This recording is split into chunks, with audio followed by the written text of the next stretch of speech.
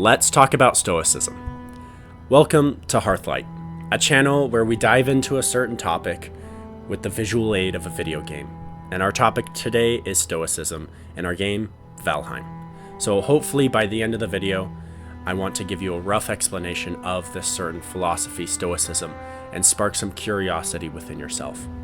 Valheim is a game I really love. It is a survival sandbox set in Viking times, and it's really fun. It's really amazing. The graphics are kind of old school PlayStation. We only have 2 lives, and the second one begins when we realize we only have 1. I have been exploring the art of Stoicism recently. And no, I'm not talking about the AI perfectly sculpted buff men telling you how to live your life, how to be the number one person in the room and demand respect while nothing can touch your stoic demeanor. I'm not talking about that.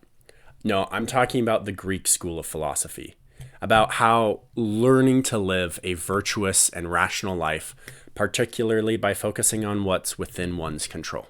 I first want to share a quote. "It is not death that a man should fear, but he should fear never beginning to live." And that's by Marcus Aurelius.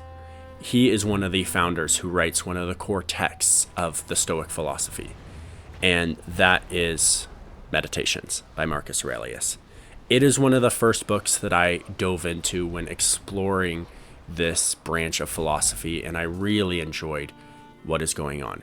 It's a book comprised of a series of personal writings by the Roman emperor, originally written as a private journal through a military campaign as a Roman emperor. It is considered to be one of the foundational texts, and I went through and I kind of wanted to highlight some of the foundational principles of his reflections through Stoicism in physics, logic, and ethics, which we'll cover later in the video. At its core, Meditations is how to live well, by not chasing pleasure, status, or material wealth, but by cultivating virtue and self-control and a clear understanding of nature and your own place in it. Marcus Aurelius, a Stoic philosopher and emperor, wrestles with the tension between human emotions and a Stoic ideal of reasoned detachment, but also attachment at the same time. Some of the key takeaways I personally took from Meditations, and that applies for the Stoic philosophy, is control what you can and accept what you can't. I had a saying growing up that I still use today, which is something has to give. At some point in your life, there are going to be these moments where you can't always be in control, and you have to control what you can and make the best of the situation. And that could be good moments, and that could be bad moments. Another one of the takeaways is living according to nature. And I found that one really interesting when it came from this perspective, because he is a Roman emperor on military campaigns. But there's a quote in there that is, "What is not good for the beehive cannot be good for the bees." So take that within your family, within your work, within you could even take it to a nature way of doing what's not good for the community in which you reside in cannot be good for the individual itself, including yourself. Another one of the things is practicing daily self-discipline. That is something that I'm personally trying to work on myself as well. Trying to get up on time. Just do the right thing. The rest doesn't matter. Life is made up of moments and decisions, and we just need to live simply and go into accordance of what our own personal beliefs and standards that we withhold within ourselves, and sticking to those. There's a thing that I say, like, you can't change who you are to match those around you. Like, I'm not going to compromise who I am in order to live accordance to what you think that I should be. But I'm not going to go out of my way and do the same thing to you and force you to live a certain way. And that sort of self-discipline within yourself and giving the respect you need to other people, I think, is a very important takeaway when it comes to this book. Another thing that I found really interesting was embracing mortality. That's a lesson that I got to learn really well a couple years ago in a campaign that some of my friends did, which really highlighted that you have to appreciate what is here because it's never always going to be here. I mean, there's the saying, memento mori, remember death, and remember that we always have to die.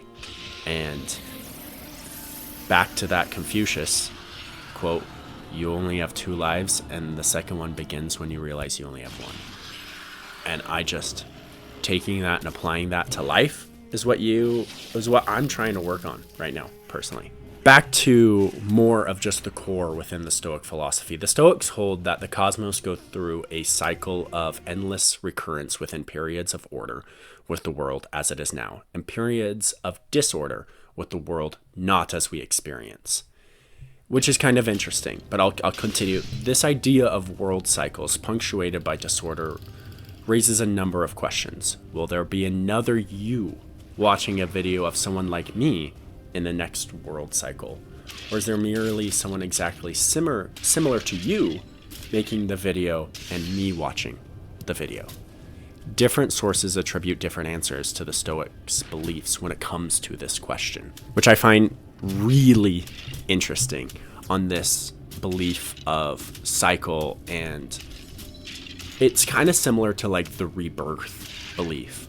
And I really enjoyed that sort of spiritualness when it came to a philosophy that you can apply into your life, into your religion, and give it some great thought on what you believe when it comes to your ideals.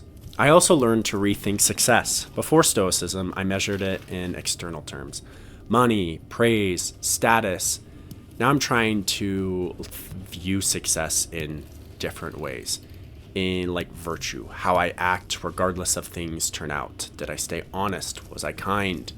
Did I show discipline and courage in those moments? That internal scoreboard has helped me become more grounded and consistent. I don't chase as much. I'm trying to build lately and work on myself and not focus on what I should be, instead work on how I should be and want to be. Stoicism isn't about being emotionless either. That's another topic that gets covered in a lot of these broicism videos. That it's like you should be emotionless. You should not be ruled by your emotions, and you should never let that show, never let anyone in, which I don't think is really true. And the Stoics don't believe that. They do believe in taking a higher road, but in a healthy way. Realizing that in a situation that sometimes you have to put your feelings aside in order to do what is right in those moments. And that can be really hard. I'm known to struggle in those areas too. But what I've come to learn from this philosophy is that it wants you to focus inward and get to know yourself and how you interact and view the world and who you want to be. Those principles that help break that down are logic, physics, and ethics, and sometimes known as the trichotomy of logic, physics, and ethics. I'm just going to try to quickly summarize this for you guys. Logic. Logic is the art of relating to oneself. You could think of this as trying to remain tranquil or rational. It is closely related to the virtue of temperance. Physics. Physics is the art of relating to the universe and accepting your lack of control. It is the Stoic version of freedom, or confirming your desires of what is in accordance with nature and what is within your control. It is closely related to the virtues of wisdom and justice. And last, ethics. Ethics is the art of relating to other people. You could think of this as remaining calm and polite in the face of difficult people or avoiding the non-virtuous. It is very closely related to the virtue of courage. Something that I love when it comes to philosophy is being able to interpret it and to apply it to how you want to live your life and view these sort of things in accordance to how you receive them, interpret them, and apply them. I truly recommend exploring Stoicism and other philosophies, whether that's at least in quotes or books. There are books on classic Stoicism and modern Stoicism, and there's a modern text, How to Be a Stoic. I want to read one last quote to end the video. Men seek retreats for themselves in the country, by the sea, in the hills, and yourself are particularly prone to this yearning.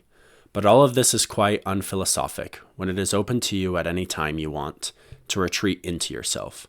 No retreat offers someone more quiet and relaxation than into his own mind, especially if he can dip into the thoughts in which put him into immediate complete ease. By ease, I simply mean a well-ordered life. Marcus Aurelius. I hope this can give you a rough understanding of the Stoic philosophy and give context to it still being prominent today. I've really enjoyed the differing perspectives when it comes to different philosophies, and I've really benefited from applying some of these practices and quotes and viewpoints into my own life and growing as a person in this world. So I just wanted to say thank you so much for joining me today. If you would like to see more content like this, please consider subscribing, and I hope you have a good rest of your day. We'll catch you in the next one.